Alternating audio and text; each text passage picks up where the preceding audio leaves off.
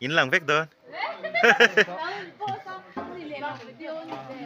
hãy đủ đây có rồi xây đủ tay này em đây chân leo các dạng gì Dispo kama miro lang đây phải không ổn Ay, nila o siya nga. Ma'am. Nintay lang. Chút lang siya ka lang siya.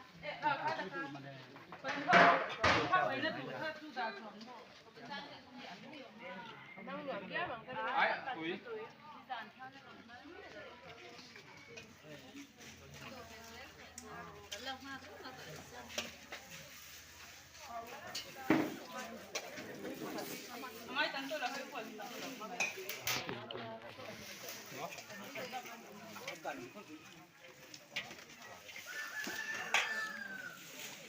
chúa nín khi là mà khen anh bốc á sức sản tru lắm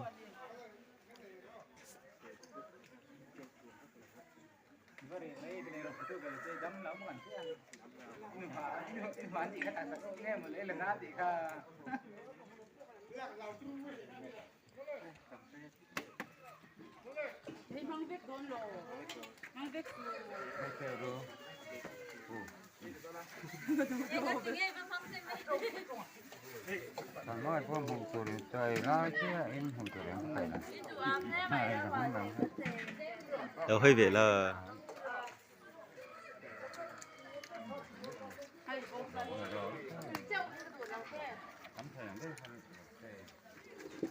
Có đi ngay tới rồi. nói rồi có mong hỏi Nó cái này nhé. con vui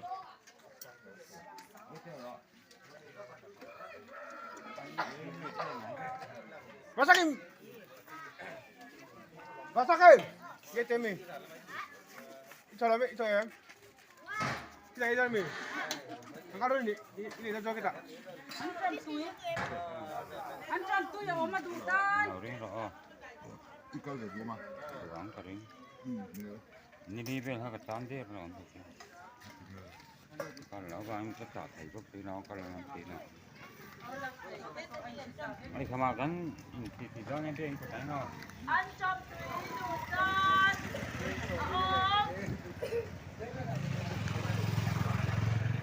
Anh chọn tôi hàng tan là anh mua là gì? Để đâu thành đẹp rồi.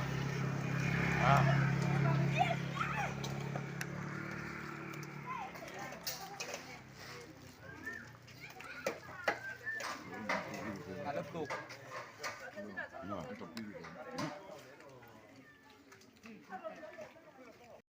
Tuy đó không phải hơi. ơi Cái mà nào đâu. Thế là mặc bộ, mặc lu.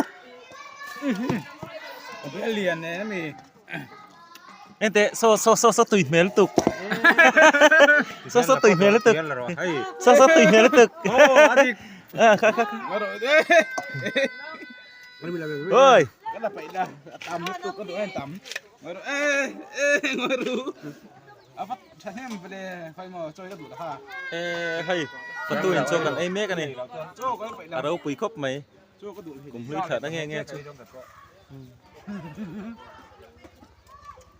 nó đập hơn mà po.